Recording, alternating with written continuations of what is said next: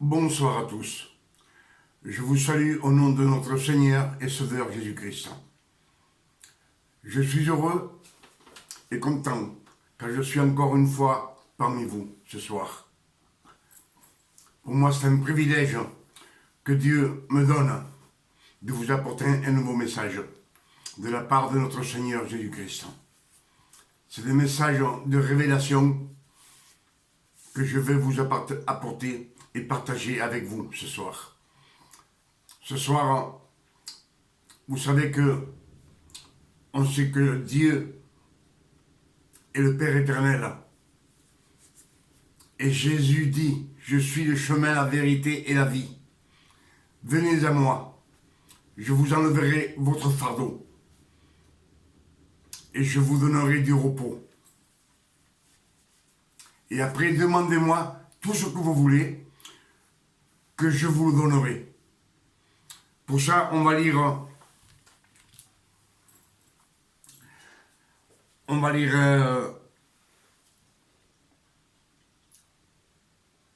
méditer les Écritures. 2 Corinthiens,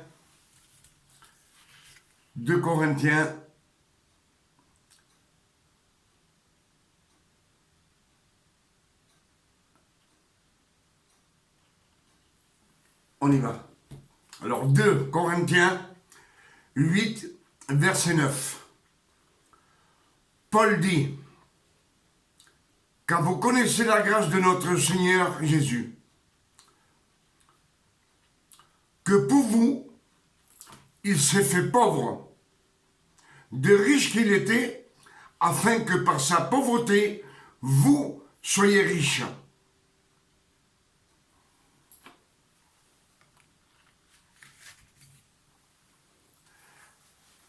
Jésus étant riche, était roi. Il s'est fait pauvre. Il s'est fait pauvre pour que nous puissions nous enrichir.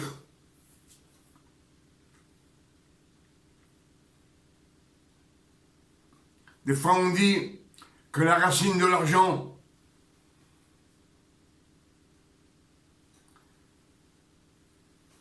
c'est le péché du mal. Mais c'est pour nous enrichir de tout, de connaissances, de révélations, de vivre bien sur la terre. Pour ça, on va méditer Corinthiens 9, verset 8.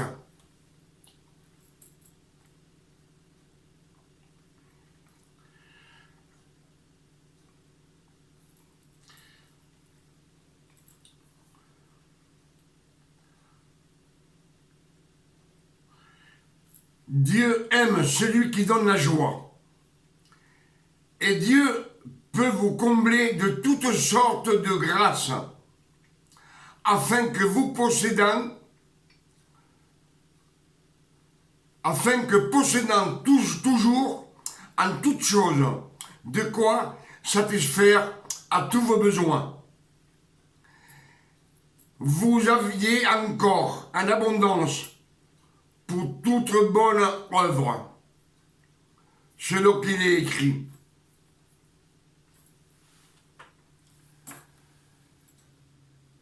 Il nous dit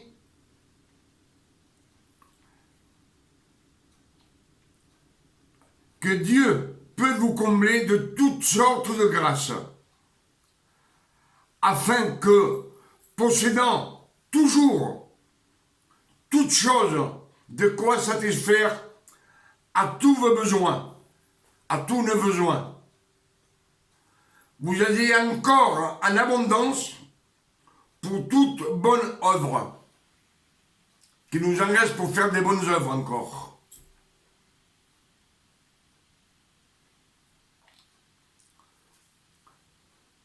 Voilà ce que dit Corinthiens 9, verset 8.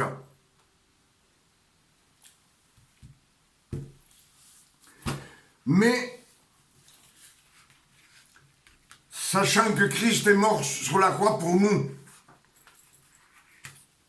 il est mort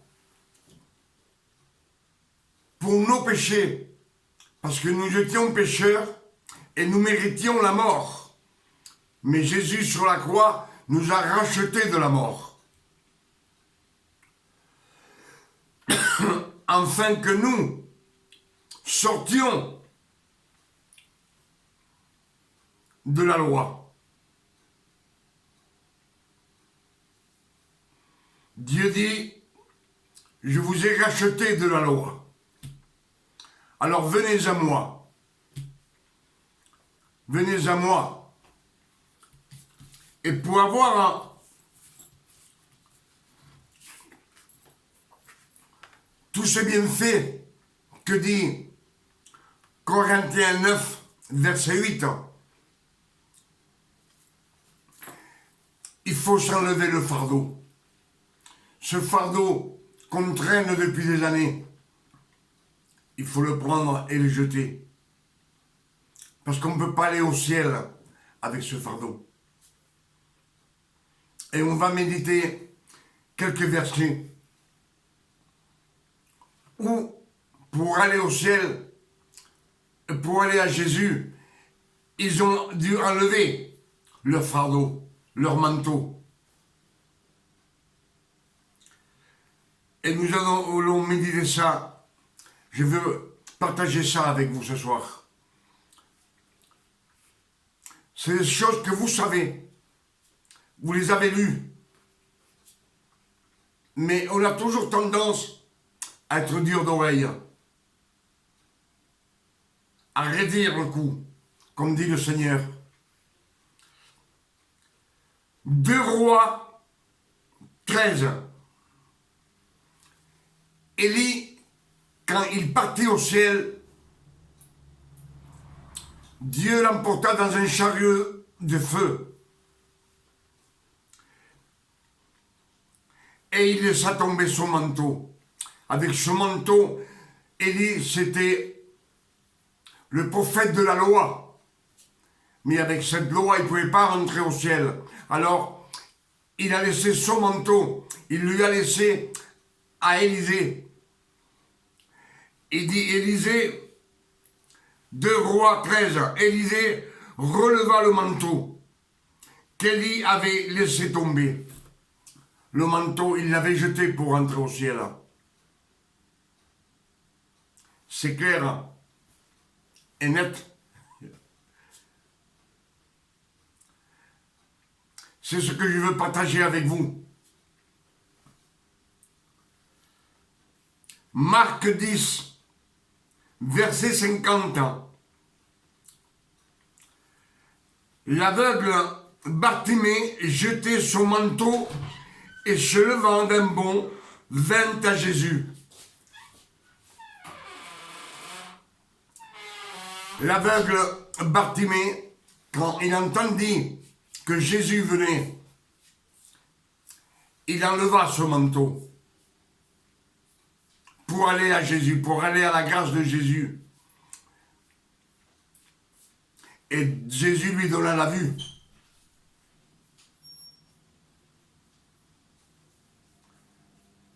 Tout cela, je veux le partager avec vous, afin que vous compreniez les Écritures. Luc 22, verset 36. Luc 22, verset 36. Dit comme ça, Jésus dit que chacun de vous vende son vêtement et s'achète une épée. Luc 22, verset 36. Jésus dit à ses apôtres, vendez vos vêtements, vendez-le, enlevez-le, changez de vêtements.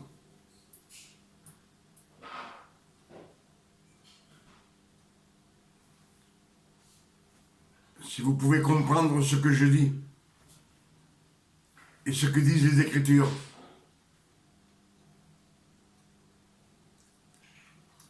Adam et Ève péchèrent dans le jardin d'Éden.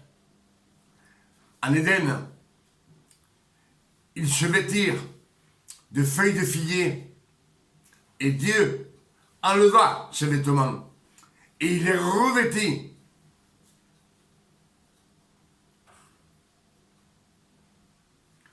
Le vêtement qu'on porte n'est pas bon et on le porte depuis 2000 ans. Depuis que Christ est mort, on a tendance toujours à porter ce vêtement de la loi. Et Jésus dit, venez à moi, vous qui êtes fatigués et chargés, j'enlèverai votre fardeau et je vous donnerai du repos. Et après, demandez-moi tout ce que vous voulez.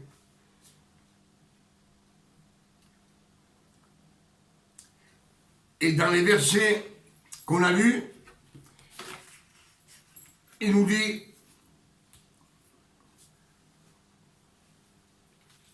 qu'il s'est fait, étant riche, il s'est fait pauvre pour nous, pour que nous sur la terre, nous puissions être richissimes.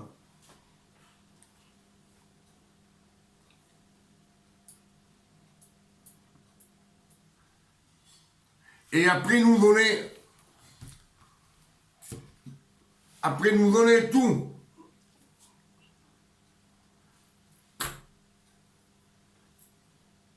Dieu peut vous combler de toutes sortes de grâces, afin que, possédant toujours en toutes choses de quoi satisfaire à tous vos besoins.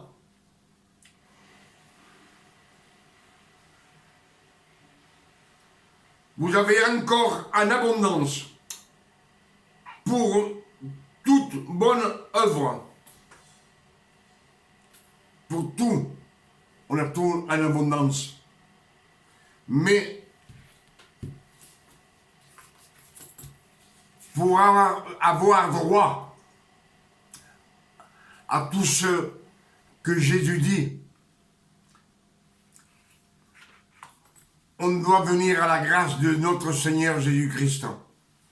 Et comment venir à la grâce et mériter tout ce qu'il nous donne par amour?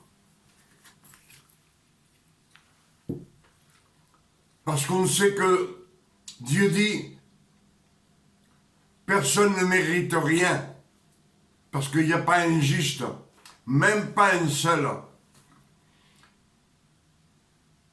Mais Christ sur la croix nous a rachetés,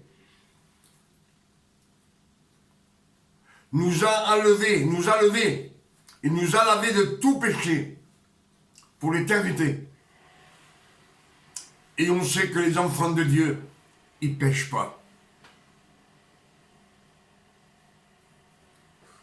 Ils ne pêchent pas comme les pécheurs du monde, avec préméditation. Un enfant de Dieu s'y pêche, un fils de Dieu, un disciple de Dieu, marche toujours dans la grâce de Dieu. C'est le Saint-Esprit qui le mène par la main. Et le Saint-Esprit vous mène dans la sanctification. On peut pécher, mais sans le faire esprit. On peut dire une parole. On peut avoir un geste brusque. Parce qu'on est toujours dans la chair. On est toujours dans la chair. Mais Dieu nous a déjà pardonné tous nos péchés passés, présents et futurs. Et alors, ce qu'il faut faire pour avoir tout ce que Dieu nous dit, la vie éternelle, avoir tout ça sur la terre pour nous, pour que nous puissions vivre heureux sur la terre. Et bien, je vais partager ça avec vous. Il y a 5 choses qu'on doit faire. Et on doit les faire chaque jour.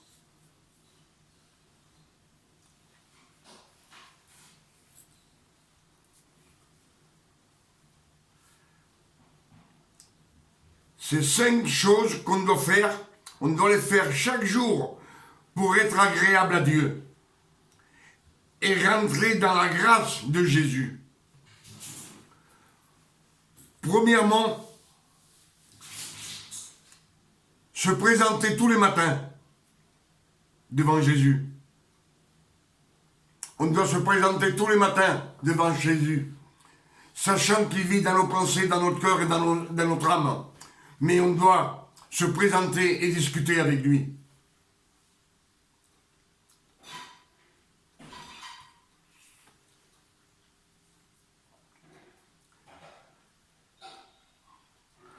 On doit rendre grâce le matin. On doit rendre grâce et dire merci.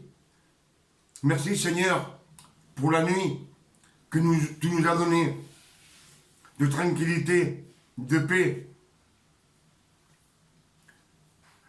de santé.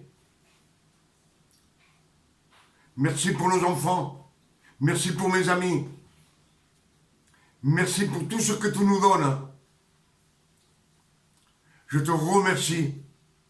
C'est rendre grâce à Dieu.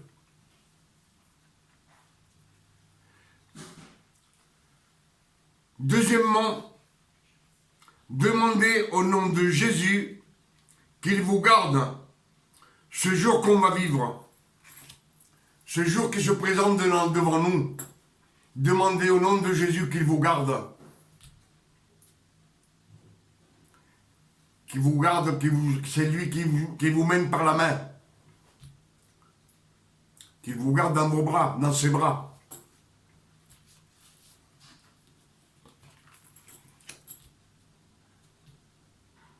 Dites merci Seigneur, parce que tu nous aimes d'un amour immense.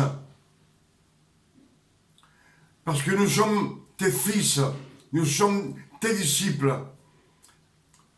Et ce matin, je veux te demander que tu aplanisses cette journée qui vient devant moi, afin que je ne trébuche pas. Que ton sang précieux me couvre, à moi, à mes enfants, à ma famille, des pieds à la tête. Enfin, qu'aucun péché s'approche de nous.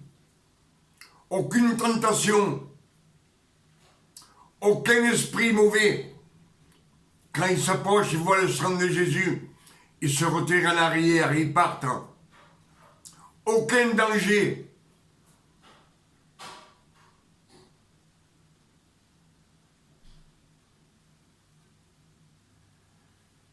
Qui vous donne une journée de paix, de tranquillité, de sainteté, de repos.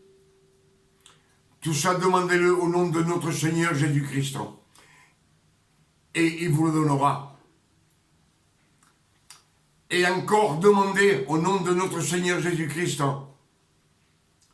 de nous donner ce qu'on a besoin pour affronter cette journée qui vient sur nous. Tout ça au nom de notre Seigneur Jésus-Christ. Et vous verrez que Dieu vous bénira et vous gardera dans sa main.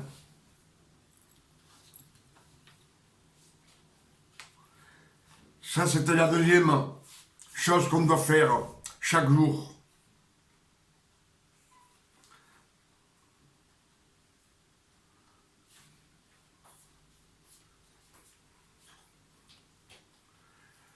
La troisième chose que Dieu veut que nous fassions pour être agréable à Dieu, c'est qu'on partage tout ce que Dieu nous donne.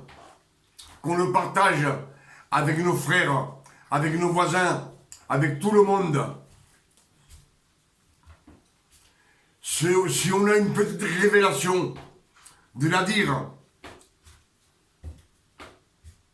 de partager, de dire, j'ai eu ça, Dieu m'a révélé ça, qu'est-ce que ça veut dire? Demandez. Des révélations, on les partage. Et il faut le partager avec tout le monde. Marchez toujours dans la sainteté. Éloignez du péché.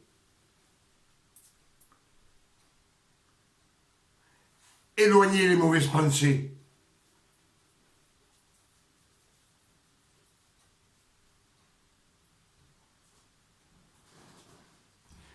Ne soyez pas tant dans le monde. Celui-ci a fait cela. L'autre, il a fait ceci. L'autre, il a fait cela. Ne soyez pas dans le monde, tant dans le monde.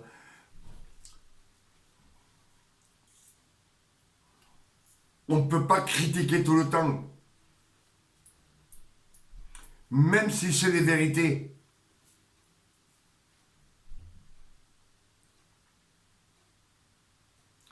Faut parler de Dieu. De Dieu du matin au soir. C'était la troisième chose pour être agréable à Dieu. La quatrième chose, c'est de lire la parole de Dieu, la Bible, et demander qu'il vous donne de l'intelligence et de la sagesse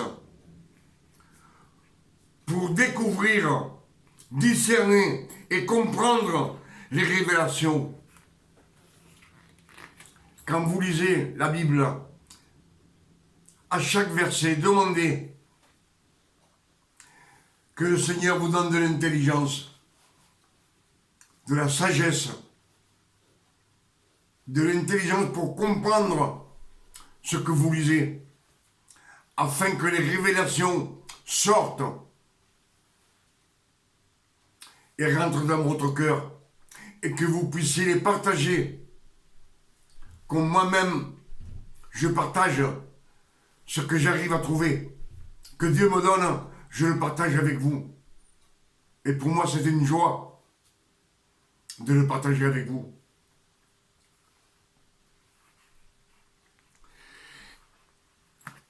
Et la cinquième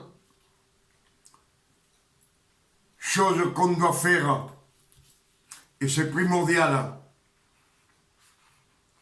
parce qu'on a toujours tendance et on est habitué à demander toujours pardon pour nos péchés, pour les petites choses qu'on fait, pour n'importe quoi on demande pardon à Dieu. Mais sachez que Dieu, Christ Jésus, est mort sur la croix et vous a déjà pardonné. Il a payé. Il a payé pour nos péchés. Il nous a lavés de tout péché. Pour l'éternité. C'est pas pour un jour. C'est pour l'éternité qu'il nous a payé. Il nous a rachetés de la loi. Ce pardon qu'on avant on faisait, il ne peut plus le faire. Maintenant, il faut donner. Il faut dire merci. Merci Seigneur. Il faut confesser ses péchés. Par exemple, j'ai menti. Je confesse que j'ai menti, Seigneur. Mais je te dis merci. Merci pour cette œuvre que tu as fait dans le monde de Golgotha pour moi. Que tu as donné ton Fils unique à la mort. Cloué.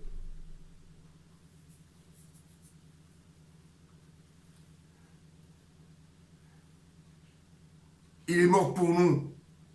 Pour nos péchés. Il a pris tous nos péchés. Il a pris nos iniquités.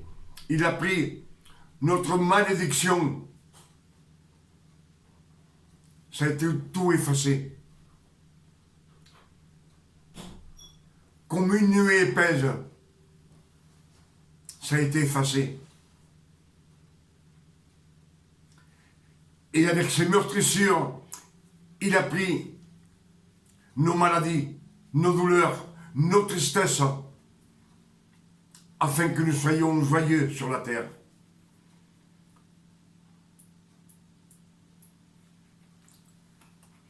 C'est ce que je voulais partager avec vous. De ne pas revenir à la loi. On ne peut pas revenir à la loi. Ce fardeau, avec le fardeau, personne n'a pu rentrer dans le ciel.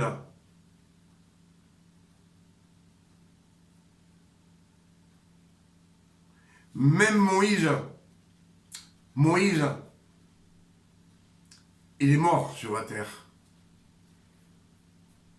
Mais comme il apparaît au mont des Oliviers avec Jésus et Élie, ça nous donne à penser que Dieu l'a ressuscité et il l'a amené avec lui au ciel, lui comme Élie.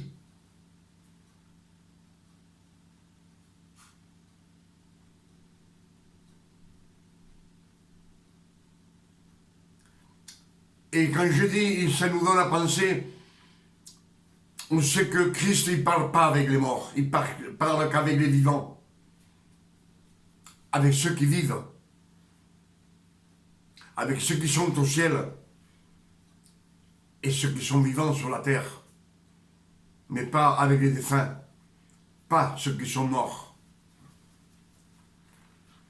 Je pense que j'ai partagé beaucoup de choses avec vous ce soir. Ce que j'ai partagé, je suis heureux de le partager avec vous.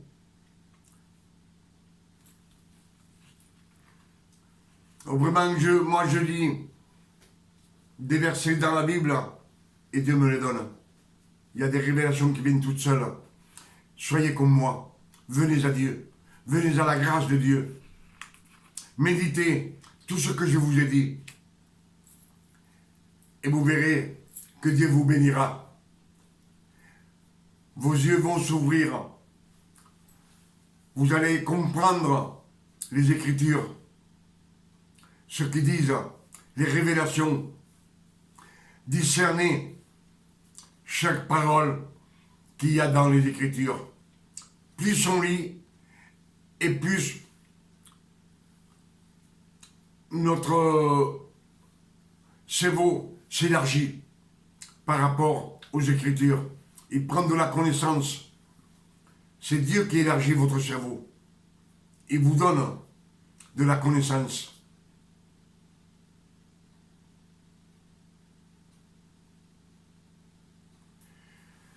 Je pense que je vous ai dit beaucoup de choses ce soir. Et je vous dis que Dieu vous bénisse et vous garde. Et qu'il vous donne une nuit de repos. À la prochaine, à bientôt.